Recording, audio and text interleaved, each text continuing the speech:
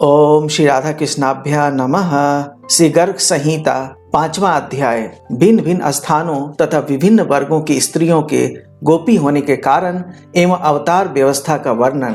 भगवान श्री हरि कहते हैं, वैकुंठ में विराजने वाली रमा देवी की सहचारियां, श्वेत दीप की सखियां, भगवान अजित विष्णु के चरणों के आश्रित ऊर्ध्व वैकुंठ में निवास करने वाली देवियां तथा श्री लोकाचल पर्वत पर रहने वाली समुद्र से प्रकटित श्री लक्ष्मी की सखियां, ये सभी भगवान कमलापति के वरदान से व्रज में गोपियां होंगी। पूर्वकृत विविध पुण्यों के प्रभाव से कोई दिव्य, कोई अदिव्य और कोई सत्व रज तम तीनों गुणों से युक्त देवियां व्रज मंडल में गोपियां होंगी।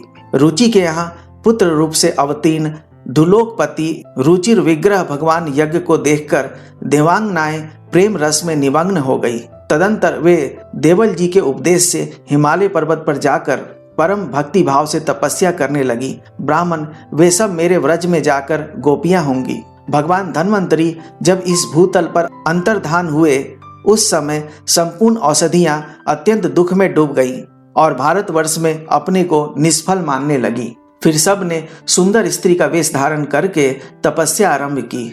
4 युग व्यतीत होने पर भगवान श्री हरि उन पर अत्यंत प्रसन्न हुए और बोले, तुम सब वर मांगो।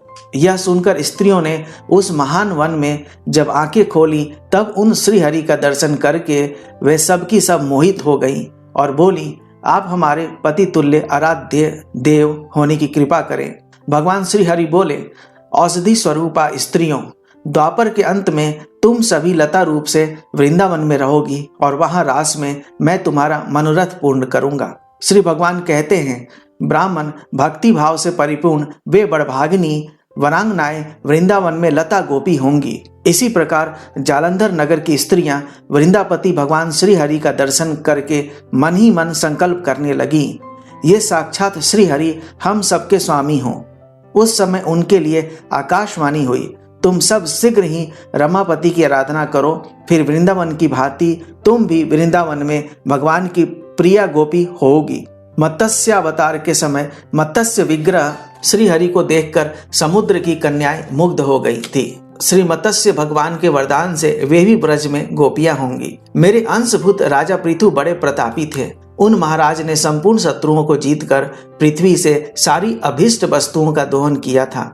उस समय वहिष्मती नगरी में रहने वाली बहुत सी स्त्रियां उन्हें देखकर मुग्ध हो गई थी और प्रेम से विहल हो अत्रि जी के पास जाकर बोली, महामुने, समस्त राजाओं में श्रेष्ठ महाराज पृथु बड़े ही पराक्रमी हैं। ये किस प्रकार से हमारे पति होंगे, यह बताने की कृपा कीजिए।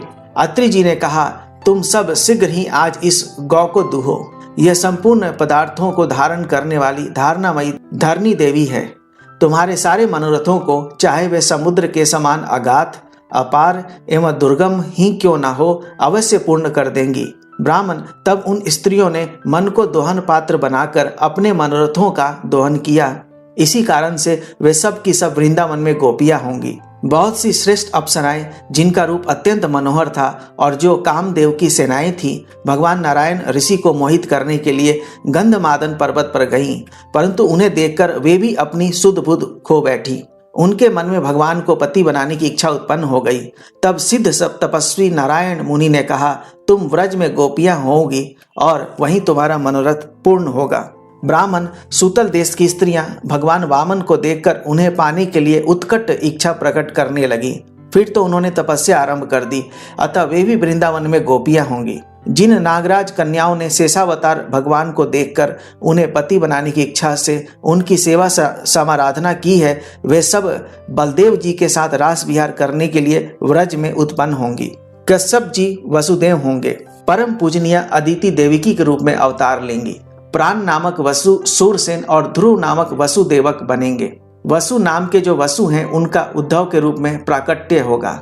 दयापरायण दक्ष प्रजापति अक्रूर के रूप में अवतार लेंगे।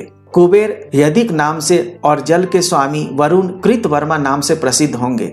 पुरातन राजा प्राचीन बरही गद एवं मरुत देवता उग्रसेन बनेंगे। उन उग्रसेन को मैं विधानता राजा बनाऊंगा और उनकी भली भांति रक्षा करूंगा। भक्त राजा अम्बरीश युयुधान और भक्त प्रवर प्रहलाद सात्विकी के नाम से प्रकट होंगे।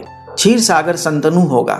वसुओं में श्रेष्ठ द्रोण साक्षात भीष्म पितामह के रूप में उत्पन्न होंगे। दिवोदास सल के रूप में एवं भग नाम के सूर्य धृतराष्ट्र के रूप में अवतीर्ण होंगे। पूषा नाम से विख्यात देवता पांडु होंगे। सत्पुरुषों में आदर पाने वाले धर्मराज ही राजा युधिष्ठिर के रूप में अवतार लेंगे। वायु देवता महान पराक्रमी भीमसेन के तथा स्वाम्भु मनु अर्जुन के वेश में प्रकट होंगे। सतरूपाजी सुभद्रा होंगी और सूर्य नारायण कर्ण के रूप में अवतार लेंगे। अश्विनी कुमार नकुल एवं सहदेव होंगे। धाता महान बलशाली बाहिलिक नाम से विख्यात होंगे। अग्नि देवता महान प्रतापी द्रोणाचार्य के रूप में अवतार लेंगे। कली का अंश दुर्योधन होगा। चंद्रमा अभिमन्यु के रूप में अवतार लेंगे। पृथ्वी पर द्रोणपुत्र अश्वत्थामा साक्षात भगवान शंकर का रूप होगा। इस प्रकार तुम सब देवता मेरी आज्ञा के अनुसार अपने अंशों और स्त्रियों के साथ यदुवंशी, कुरुवंशी तथा अन्य वंशों के राजाओं के कुल में प्रकट होवो। पूर्व समय में मेरे जितने अवतार हो चुके हैं उनकी रानियां रमा का अंश रही हैं, वे भी मेरी रानियों में 16,000 की संख्या में प्रकट होंगी। श्री नारद जी कहते हैं, राजन, कमलासन ब्रह्मा से यूं कहकर भगवान श्री हरि ने दिव्य रूप धारणी भगवती योग माया से कहा। भगवान श्री हरि बोले, महामते, तुम देवकी के 7वें गर्भ को खींचकर उसे वसुदेव की पत्नी रोहिणी के गर्भ में स्थापित कर दो।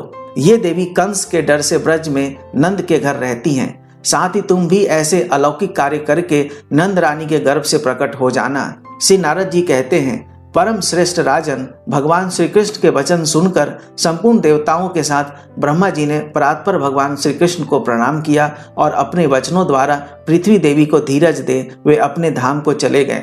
मिथिलेश्वर जनक, तुम भगवान श्री कृष्ण चंद्र को साक्षात परिपूर्णतम परमात्मा समझो। कंस आदि दुष्टों का विनाश करने के लिए ही ये इस धरा धाम पर पधारे हैं।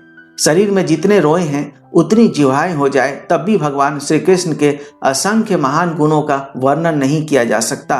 महाराज, जिस प्रकार पक्षीगण अपनी शक्ति के अनुसार ही आकाश में उड़ते हैं, वैसे ही ज्ञानी जन भी अपनी मति एवं शक्ति के अनुसार ही भगवान श्री कृष्ण चंद्र की दिव्य लीलाओं का गायन करते हैं। इस प्रकार श्री गर्ग संहिता में गोलोक खंड के अंतर्गत नारद बहुलाश्व संवाद में अवतार व्यवस्था का वर्णन नामक 5वां अध्याय पूरा हुआ। श्री कृष्ण भगवान की जय हो।